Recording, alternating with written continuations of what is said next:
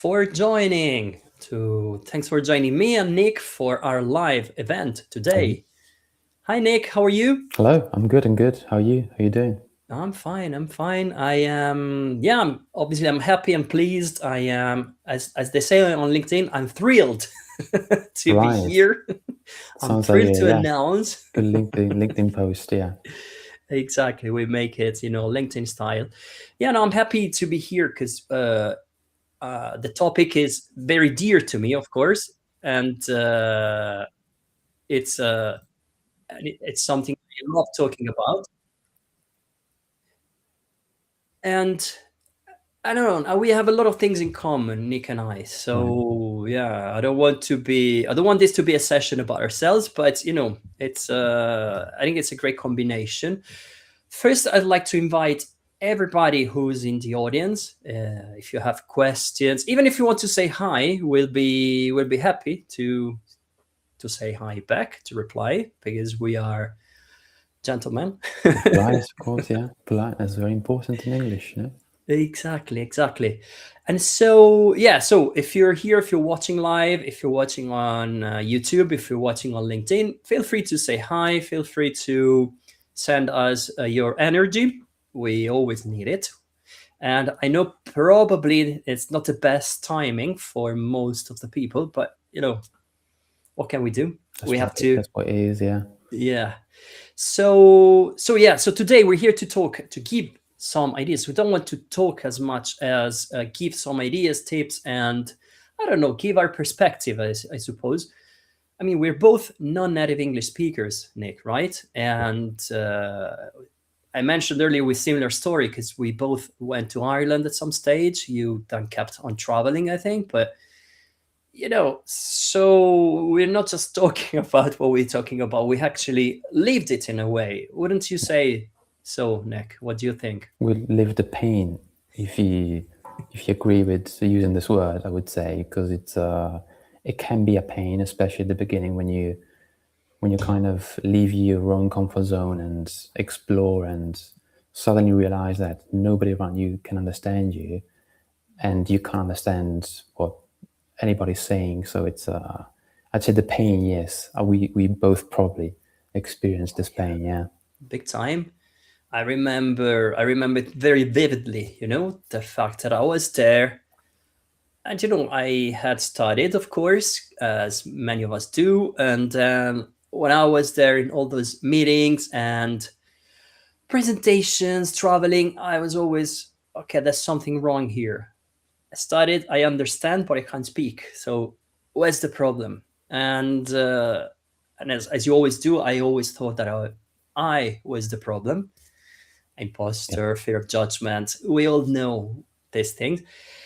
And it turns that I was only partially right. I was only partly right because I wasn't the problem. The problem was the way I was approaching the whole thing, the whole studying English, perfecting language, perfecting grammar, vocabulary, and then not being able to talk, to speak. Was it the same for you, Nick? Because obviously you studied English as well, didn't you? Yeah, I suppose I could say like I had studied English before actually um, moving to Ireland, but my education was like anybody else. It was like formal education, so it's stuff you do in school, Yeah. elementary school, middle school, and above. So it was mostly like grammar based, you know. So I kind of like at the time I was approaching English in the same way I was approaching all the other things. So Yeah. you kind of someone gives you something, someone teaches you something, and they tell you what to do basically, and you try to do it. Okay, but I soon realized it was not the best way to communicate because people communicate a different way. You know. Exactly. And then we get to the main topic. So that's you are there, I don't know, it's a meeting or even a social event, and people freeze. They go, "Ah, no words. So where are my words?" Or I have these fantastic ideas and then I get lost mid sentence because I don't know how to continue it. I don't know how to carry on.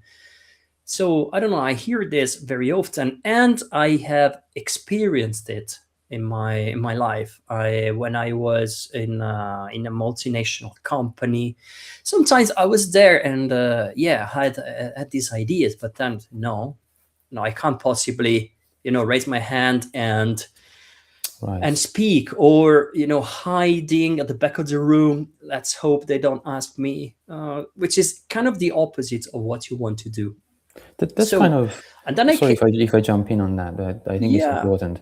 That's kind of not accepted in like I think someone will raise their eyebrows because I'm saying this, but like raising your hand and say, oh, I don't understand that, I think it's not accepted in today's society, especially I think in maybe southern European countries, I would hmm, say. Like it's not cool to do that.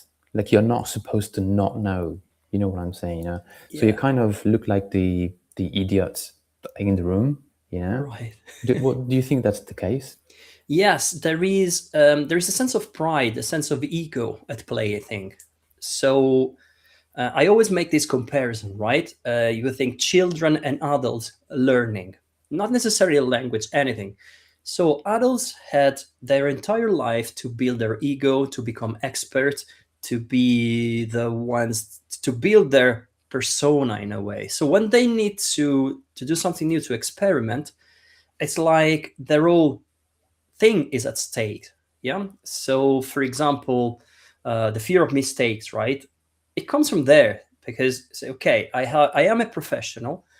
I am very good at what I do, but at the same time, I can't afford to go there and make a mistake because that would Right. impact my whole personality. Whereas children, they don't have this problem because they are used to being told, "Oh, you're wrong," or "Do it again," like the famous song "Wrong, Do It Again," the Pink Floyd. But for them, it's normal. Say, okay, I tried.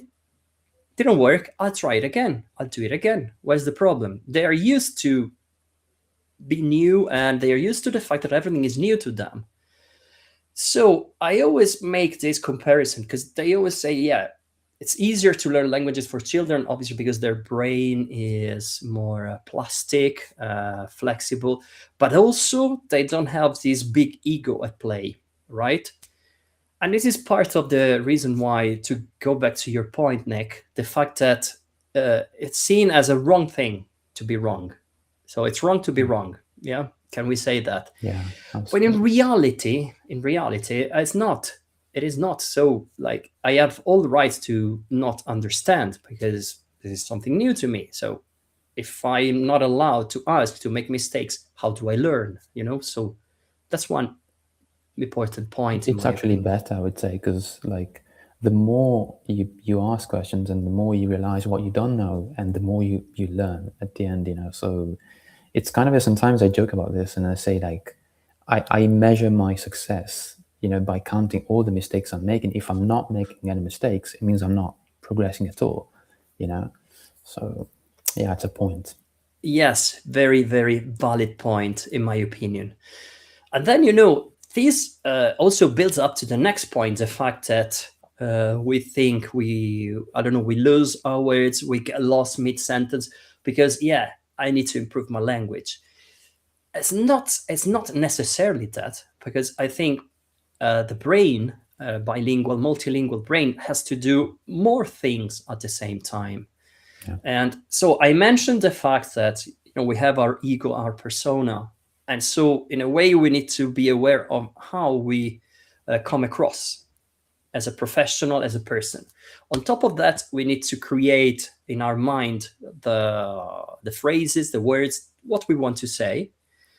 And then most of the time, people, what they do is they translate, so they add an extra level of, right. it's like playing a video game. So you keep Yeah, increasing the difficulty, and then translating, then putting together the words, then looking for the next word.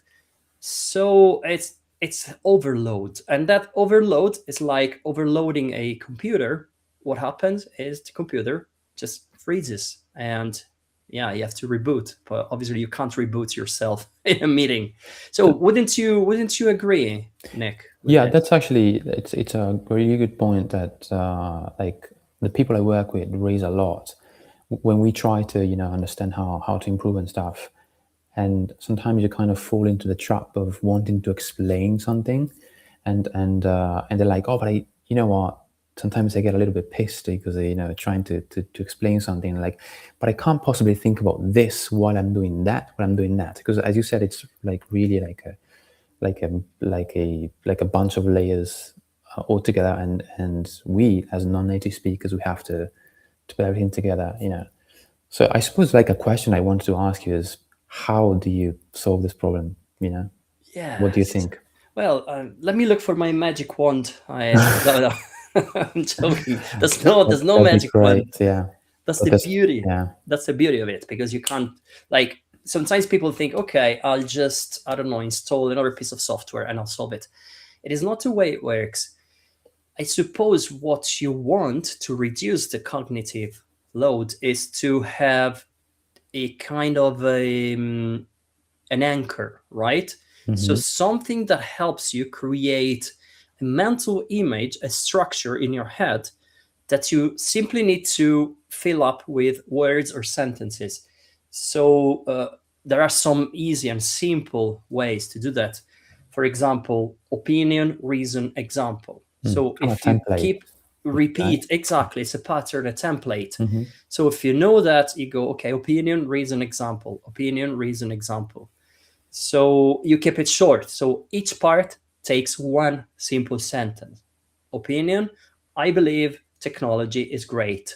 Reason, we can connect all over the world. Example, we can have this meeting right now and people can watch us from Jordan, from different parts of the world. Yeah. So that's simple structure. And another one is intro, body, conclusion. So when I want to make something a bit more in depth, so how do I prevent getting lost? Intro, one sentence to introduce. Body, bullet point thinking. So like Nice. I love simple bullet point. point, and then a conclusion which recaps the main ideas. So in this way, you start. What I do, for example, with some of the people I work with, we create actual grids that I'm a fan of Excel and tables, so it looks pretty much like an Look like Excel one, yeah. table where you put information in and then you can turn that into a full speech if you need to. So I would say, yeah, creating this structure, this anchor is the main way, the most important way to kind of overcome the cognitive load.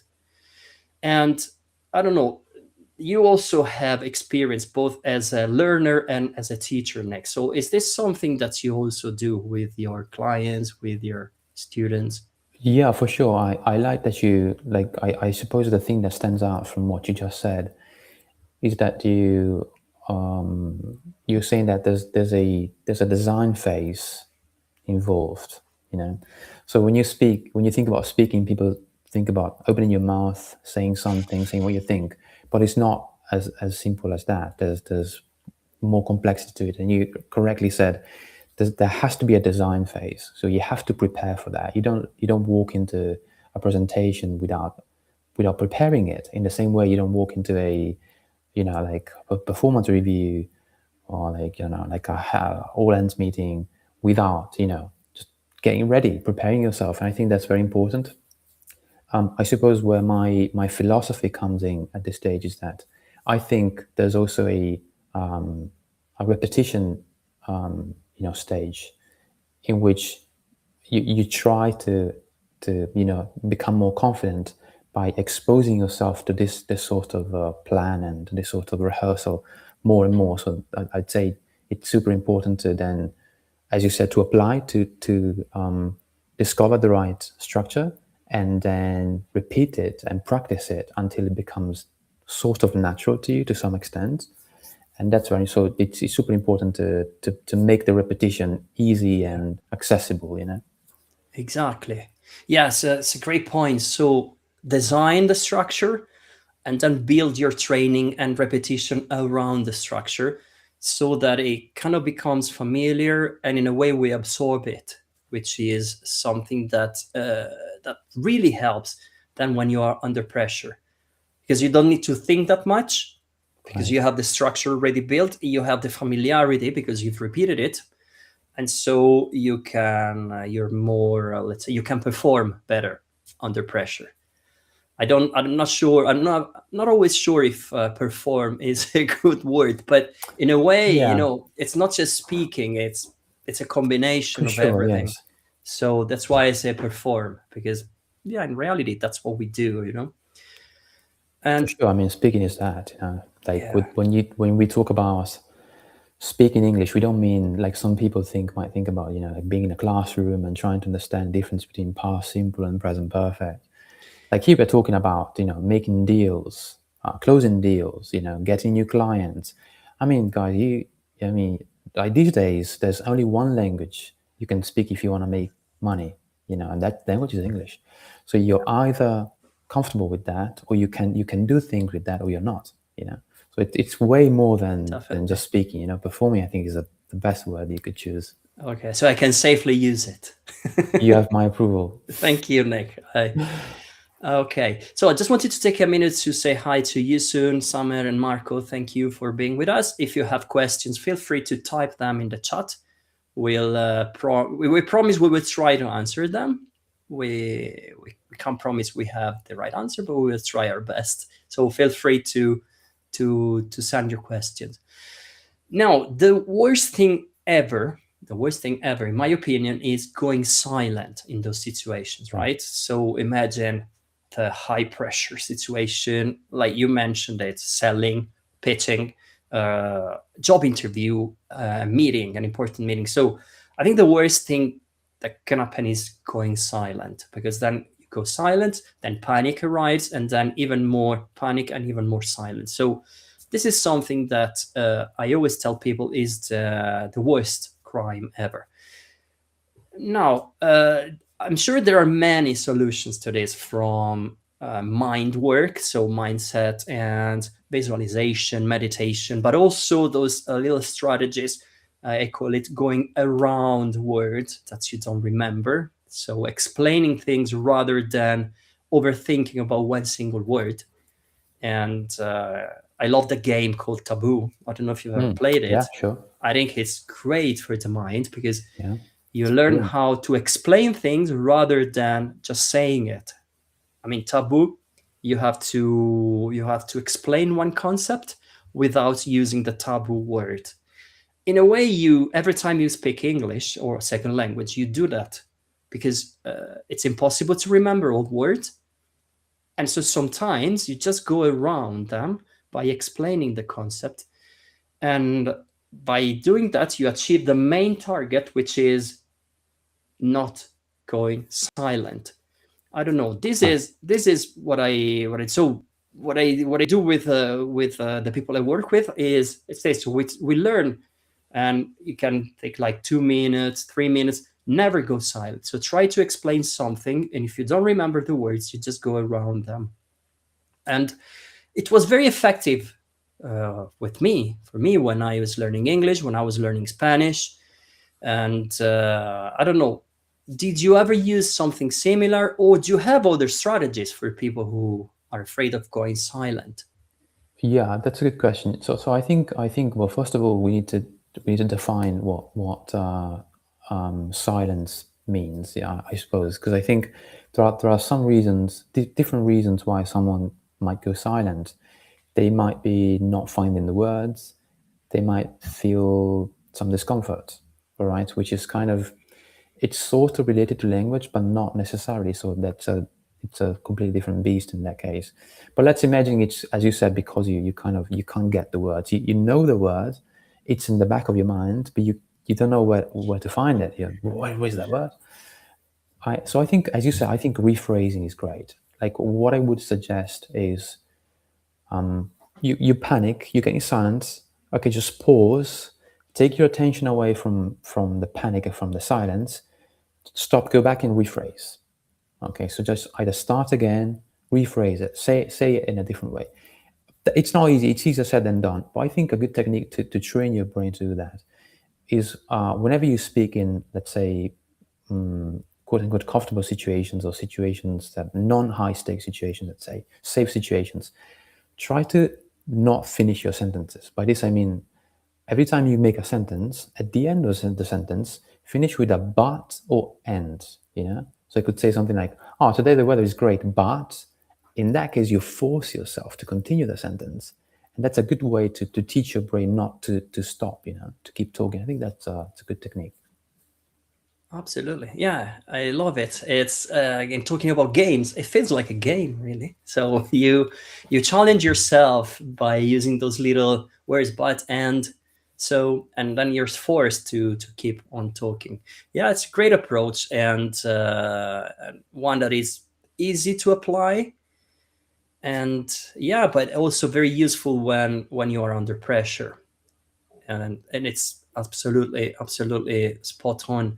Another one which is similar that I also recommend is always going around your room describing objects without mentioning the object itself. Nice. So you learn how to explain concepts. You start from basic things like a glass. You describe it's an object that you use to put water in, and then you so that you can drink using it, or things like that. You get creative with explaining concept, and at the same time you train your brain, your mind, to not to panic when you don't remember things, because then you start from simple objects around you, and then you can transfer it to the main ideas of your job or solution, your company, your product, whatever you need to talk about.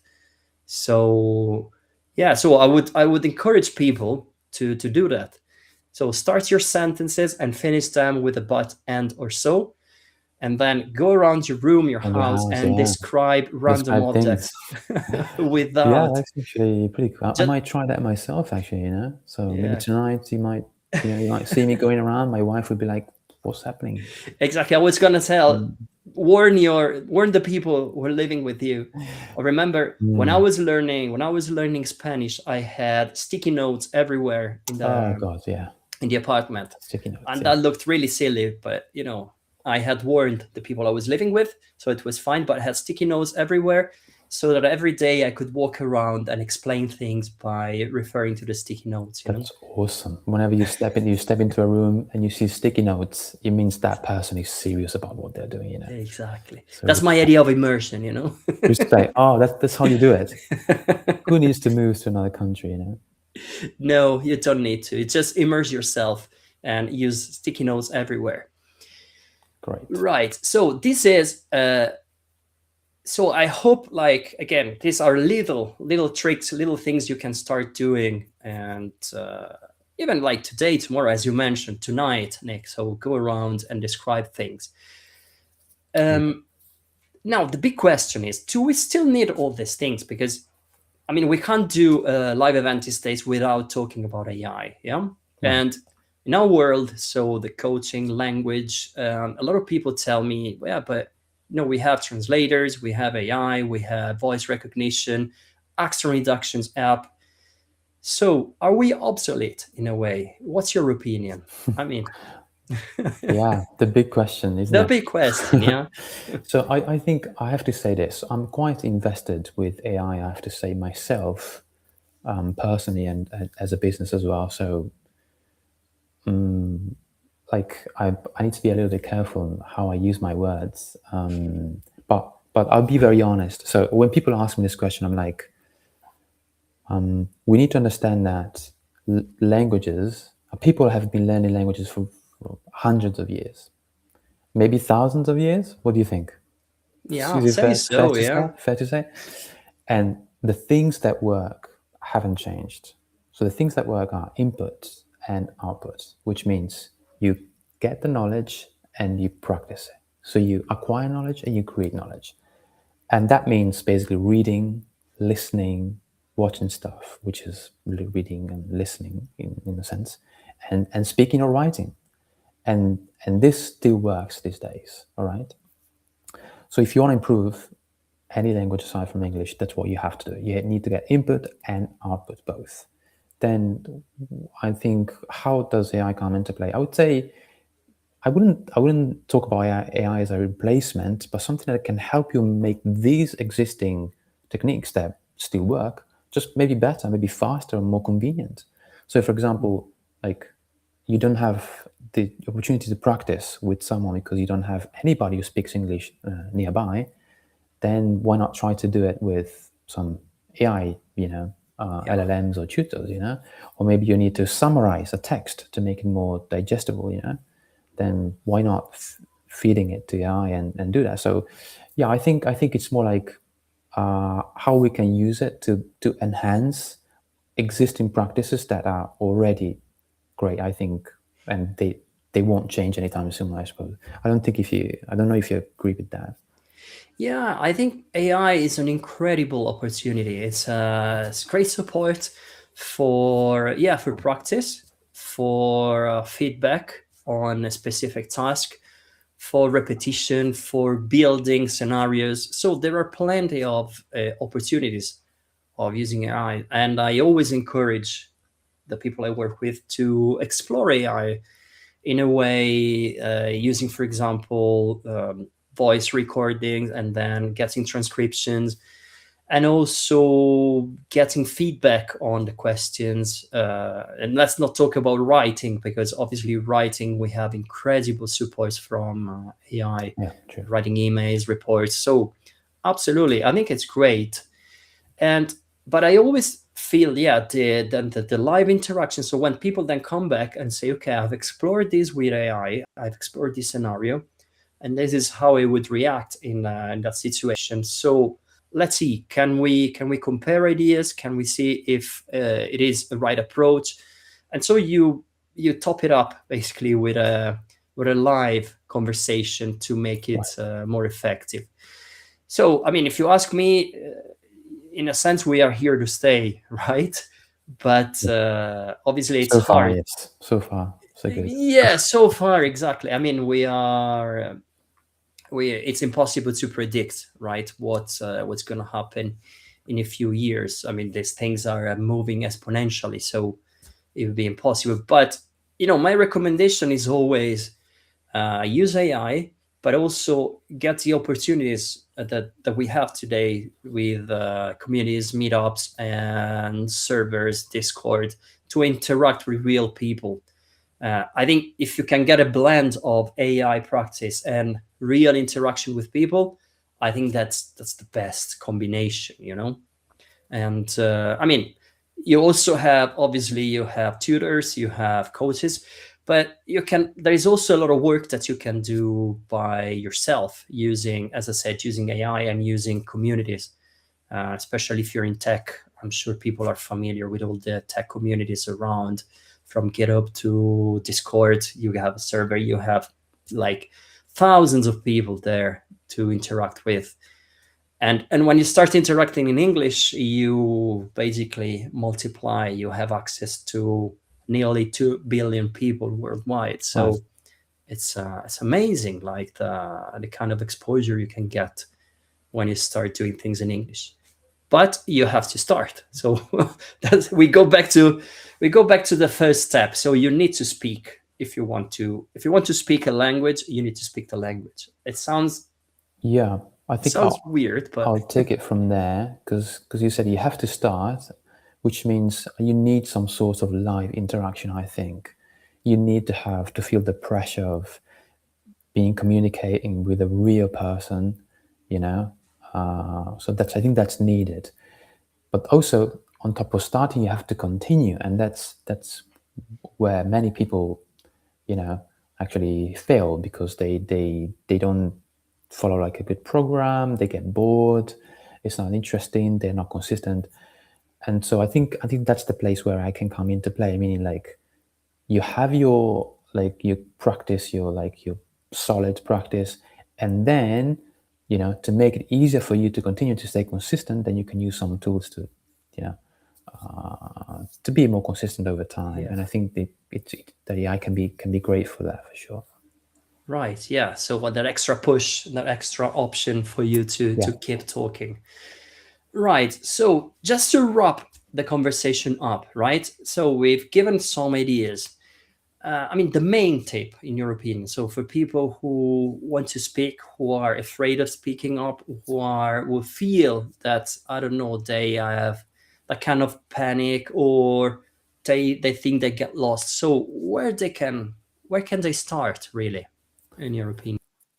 Right, good question. So I think, well, first of all, you just if I was talking to anybody, I would say, try to make sure you get three things: you get input, you get output, and you get consistency. So just try to make sure you have all of them, meaning that you always try to get new vocabulary to some extent. It doesn't mean you're going to use it; you might not, but exposing yourself in that way can help your speaking as well. Then you try to practice, and on that note, many people complain to me that they don't have time, they can practice, they don't have the opportunity. Then writing is the next best thing you can do. So if you can't speak, writing is just great. It's a productive skill, if you like. So if you can't speak, write. And then be consistent, meaning make some sort of plans. Use a habit tracker. I use habit tracker with my clients as well, meaning like I teach them how to build sustainable habits. Look around your schedule. You have your work and your fixed events, and then see if you can play around those. Like, where can you fit some practice? Maybe while you're commuting, maybe while you're like before bed, you can write your daily journal, something like that. So yeah, so Exactly. get some input, get output, and be consistent. Yeah, absolutely. Love this. What would you So, say? well, there's a lot of time management in there, which is Yeah. it's great, because it's not just the when you think about language, it's not just the language. Yeah, there's time management, there's resource management as well. There's project management, because ultimately, it's not just, yeah, I need to improve English, I need to improve my language. There's a lot at play. So the number one piece of advice for me would be to start speaking and to challenge yourself with speaking tasks. Mm. So the most powerful one would be to speak in front of a camera. If you don't have access to, I don't know, meetings with international people, or if you don't have access to real people, sit in front of a camera and try to accomplish a simple task in a fixed amount of time. So put a timer, 2 minutes, for example, to describe your room. It's very simple Mm. task, but it forces you to speak under pressure, because you have the 2 minutes. It simulates an audience because you have the camera, so added pressure. And it also gives you an opportunity then to rewatch and evaluate. So you can evaluate your pronunciation, you can see your hands, if you are like stuck, frozen, or if you are sort of interacting with the camera. And it's really powerful. And then if you repeat this over time, it's you will see the benefits. So I think that would be the main piece of advice from me. So sit in front of a camera and try to challenge yourself, if possible, with a timer. And yeah, so do that, and it's the number one, the best way to improve. Mm. I swear. That's interesting. Would you say, like, when you say in front of a camera, do you mean like while you're watching yourself, or it doesn't matter? That's a fair point. So I would start without watching yourself, because That could that's be a bit, awkward. for a lot of people, is intimidating. Yeah, for Like me, right now, I'm absolutely. watching Yeah, myself, and yeah, oh no, no, don't do that. Oh, where's your hand? Put yeah. your hand away. You know that way. So you start being too self-conscious, and that doesn't work anymore. So I would start with something simple like that, and but at the same time, yeah, it is extremely challenging, because you have the timer, the camera, and then you can rewatch it. So getting used to you on video, it feels totally awkward, but at the same time, it's the best way to start evaluating, to start measuring your talking, your speaking skills. And then from there you can start planning your improvement. So do you want to improve pronunciation? Do you want to improve intonation? Do you need more words because you always use the same 5 words? Do you want to match your body language with your voice? There's a lot to explore, I think, and so this is the single starting point, in my opinion. And people Right. who work with me, they can't escape it, so they have to They have record to, yeah. They keep them themselves. accountable. But yeah, I expect videos, in my inbox. that's something AI can't do. Yeah, it can't keep you accountable. You can just switch off and you're done. Nobody will scold you and tell you off. So Yeah, exactly. But yeah, I mean, that's simple things that email. Okay, I said video, but even like an audio message on WhatsApp, for example, it's something that truly helps. Instead of asking ChatGPT to write a message for you and then copy paste it, right, just yeah, use the voice that's evil. message. Don't do that, guys. Never Yeah, do that. it's lazy. Yeah. Well, not lazy, but it is great support, great help. But at the same time, use your voice. Yeah, it depends on your goal as well. I mean, Exactly. if your problem is that you feel uncomfortable, like letting a system do that for you won't help. Like eventually you're gonna Exactly. have to face a situation. So Yep, absolutely. So we're towards the end, really. And for people who had to leave earlier, or for people who think they want to rewatch this, absolutely the recording will be available. It's either on LinkedIn or YouTube. So we can even share the link later on. That's no problem. And yeah, so you're able to catch up on the recording of the conversation. I think it was valuable. I don't know. I can't wait to end all my sentences with a but now. You're giving me this idea. You're giving me this see, idea. yeah, So you'll be walking around your room tonight doing that as well. yeah. So this is a great film, but okay, what should I say next? So yeah, thanks for that, Nick. Yeah, And pleasure. so for people who want to connect with you, Nick, where can they find them? When they can find you? Sorry, no. Yeah, so I Yeah. suppose the first probably place would be my LinkedIn profile. You can check that. Or if you're interested in what I do particularly, you just can visit oliver.so, and that's the website of the application I'm building. And yeah, so LinkedIn and oliver.so. Perfect. Thank you, Nick. So Thank you. people, watchers, listeners, both live and later on, thank you very much for being with us. It's been a pleasure. It was an entertaining chat, I think. At least I was entertained, so I hope people I were was. too. Yeah, I always forget that. I always think about me, like, yeah. But I hope it was interesting. I hope it was valuable.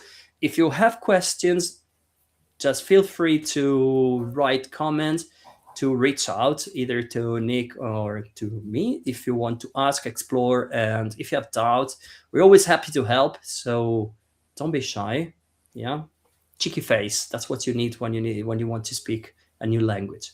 That's That what I helps. tell people. Cheeky face. Nice. So thank you very much, and I'll see you in the next live. Take care. Bye bye. Cheers. Bye bye.